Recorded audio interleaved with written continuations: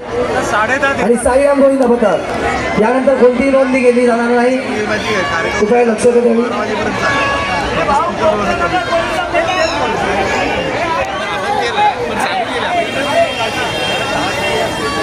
माऊली गोविंद पथक सुंदर असे मानवी मनोरे रचत आहेत. टेमीवाड्यावरनं हे पथक आलं आहे.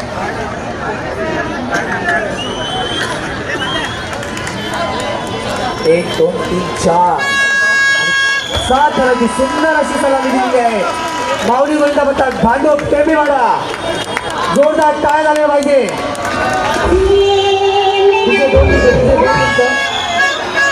चालू तिसरा तर चालू झाल्यानंतर डीजे चालू होईल.